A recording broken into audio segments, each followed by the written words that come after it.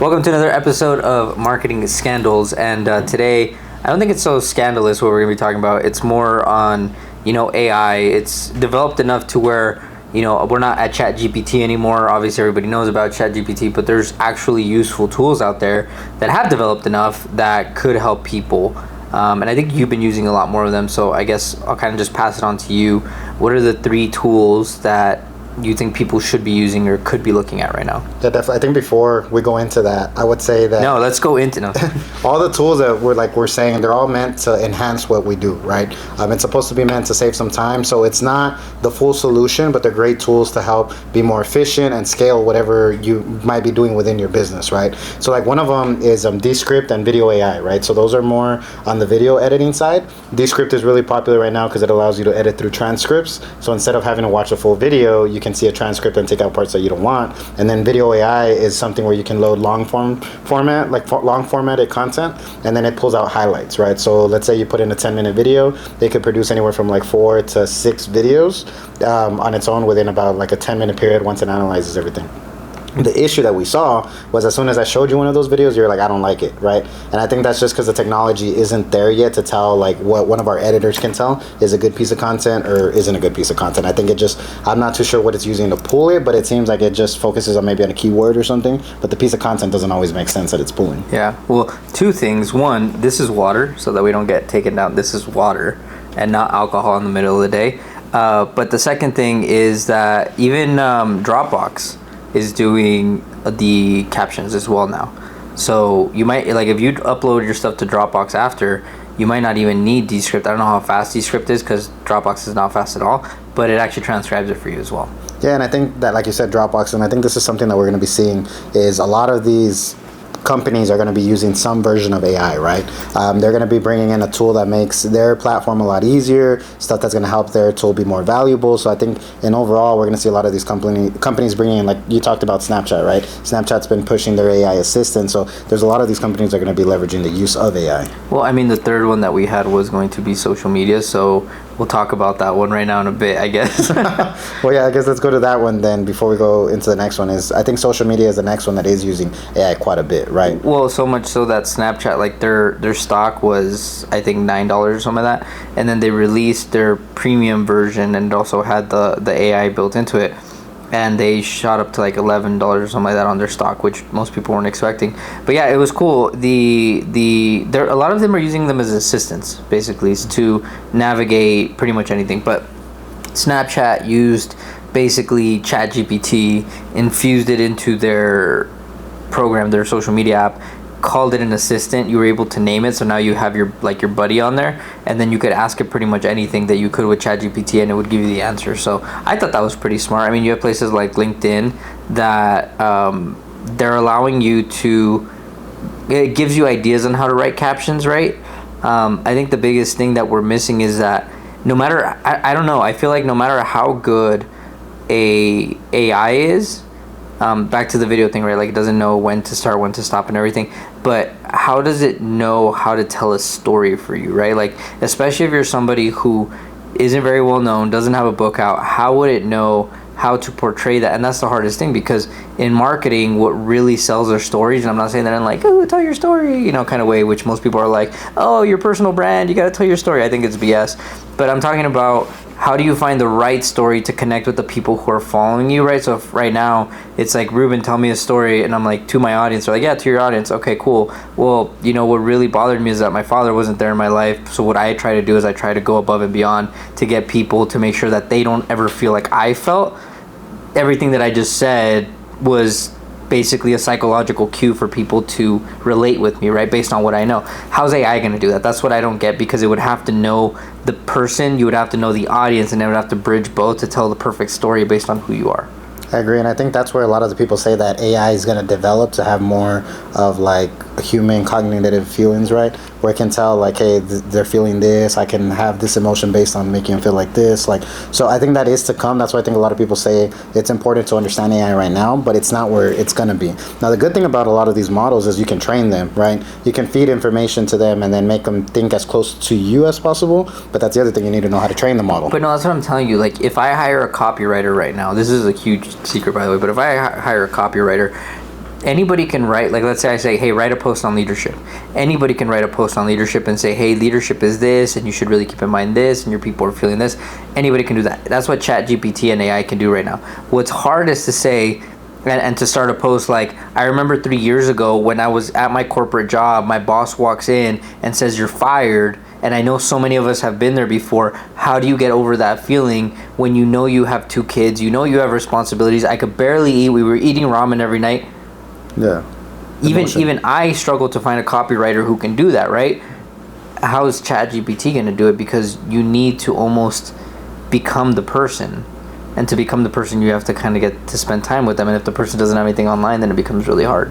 Correct. And I think that's what determines the difference between some of the really good copywriters right now to some of the ones that are like, hey, I need to just use the tools that I have available, right? And that's where you can tell the difference on like, hey, it was written by ChatGPT. Yeah. And most people can tell, right? You'll hear like, oh, they know that was written by some type of AI. Yeah. They know that it's not your voice, right? They know that it's not there yet, like you said. And there's a lot of tools where you can rewrite, try to make sure that it's changing the wording so it's not coming out. It doesn't realize that it's written by AI, but it's still not there. It's just continuing to understand where it's going. Yeah, and it's funny because I feel that Zuckerberg, right? Because if we move on to like Instagram and Facebook, there hasn't been that much coming from them when it comes to AI.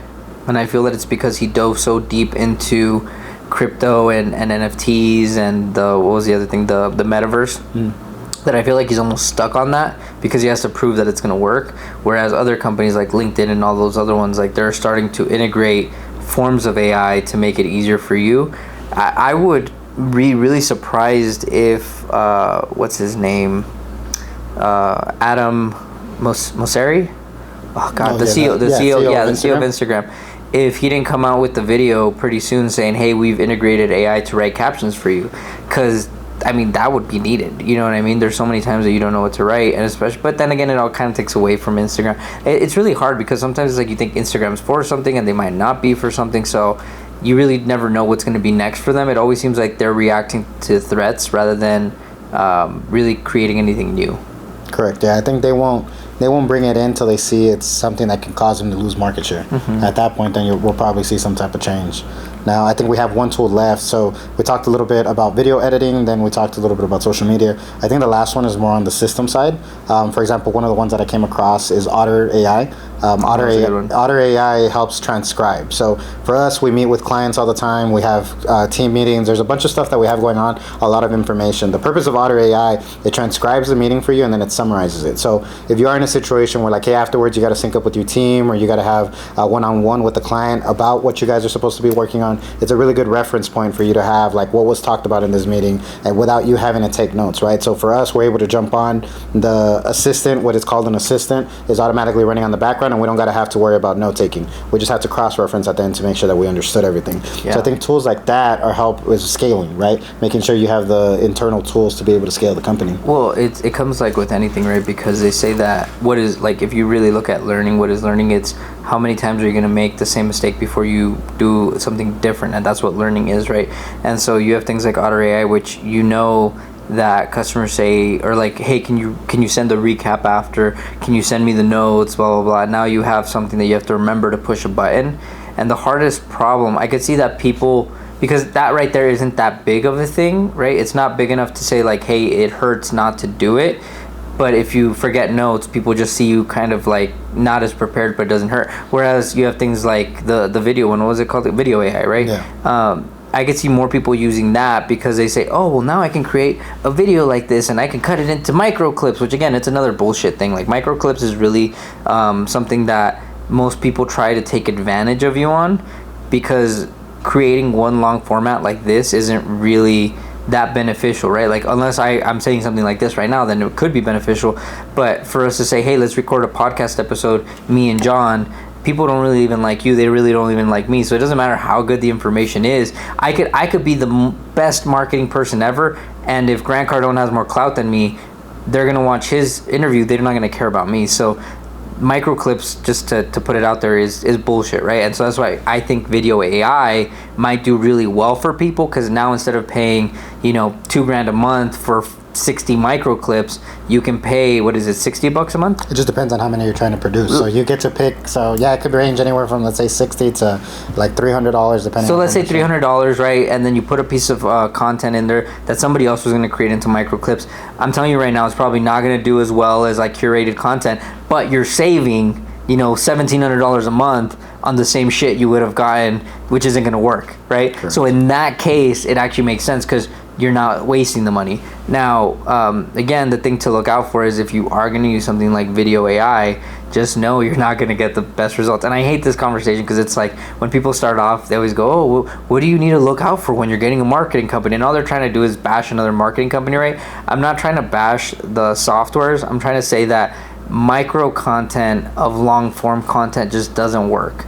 And the reason that it doesn't work is because it's meant to be long form content, and the whole purpose is, if you're going to create a micro clip of the long form content, is to get people from the short form to the long form. And if the long form ain't good, the short form ain't good, So if people aren't coming to watch your video, it means that your short form is going to suck too. So I think you just have to focus on creating better content, not trying to find these shortcuts that are going to create more content for you. But these shortcuts that will create more content for you should basically be a tool, if your content is already great, to make it easier for you to create more great content. Yeah, and it goes back to what I said at the beginning. A lot of these tools are meant to enhance what you're doing, right? Yeah. They're meant to enhance and be able to scale. But like you said, if your systems aren't already broken, if you don't know what style of content you should be putting out, if people aren't watching it to begin with, you know what I mean? This turned it more into a marketing thing, but it's like that's what it is. It's, I think, and it relates to marketing and business, right? Like any tool that you use,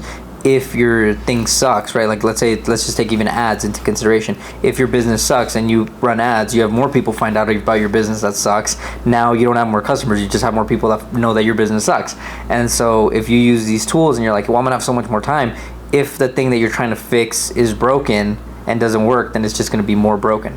Correct, 100%. Yeah. So I think you were talking about, we'll do a bonus one, but like some plugins or something like that. Yeah. So the last one is ChatGPT, right? We're all familiar with it. I think the biggest issue that was happening with that was it was limited to about the end of 2021, if I'm not mistaken.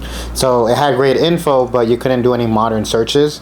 So with the ability of plugins, and more than anything, understanding what plugins are going to benefit you. So there's some that automatically will scrub YouTube for like transcripts to give you summaries. There's some that connect to the web. Like there's a variety of different things, right? So to give you an example, one of them, I connected it to a YouTube transcript, and pretty much I was able to scrub an account, pull the information of that account, and then create a strategy a sales strategy based on the information that they were teaching. And that took me less than 15 minutes compared to normally I would have to be doing research for hours, like finding all that.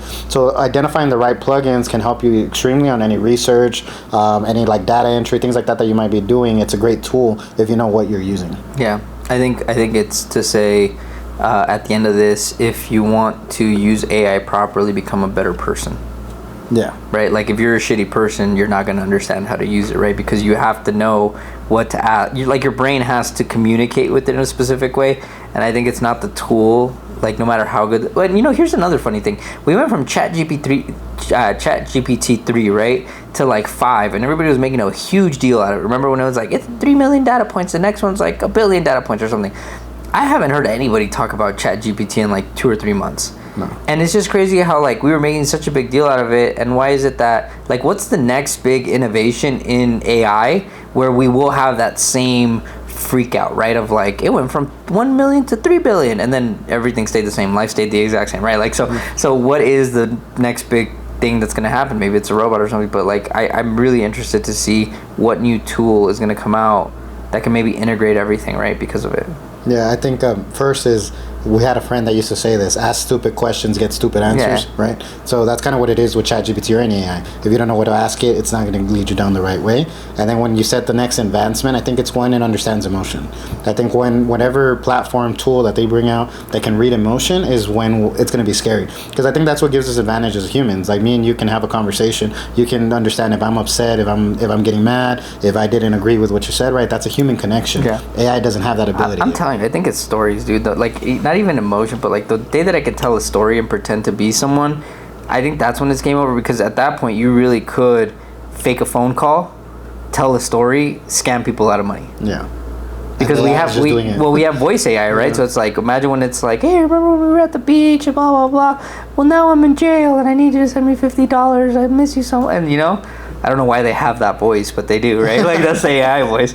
But it's one of those things where it's like you can really start scamming people. So, yeah, I think it's gonna be really wicked. I mean, especially right now with the whole music industry and everything. I was listening to a song from Bad Bunny that came out 3 months ago, and then I was like, this is a banger. Why didn't I hear it? Right? Like I love this song. But when it started, I was like, oh, yeah, right? Like, and I was like, that sounds very different from it. But the song sounded a little bit different. But I liked it, right? And I didn't even notice that then it said AI.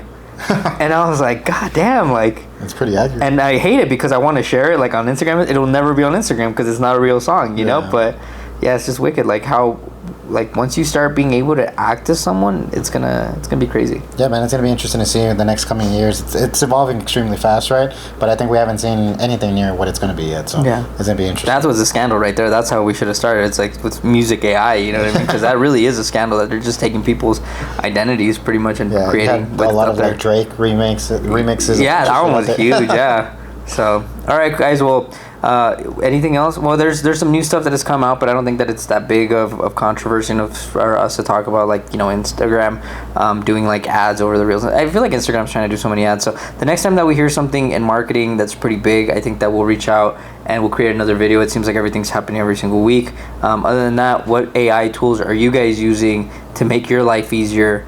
John, if you could tell them to like and subscribe, it would help us out a ton. Yeah, if you guys are liking the information, make sure to like and subscribe. Yeah, if you think that John could do that with more enthusiasm, hit the thumbs up button. And if you think that I'm putting him and embarrassing him, then, you know, use the subscribe button. The thumbs down button doesn't do anything anymore. So if you don't like us, then you can suck it.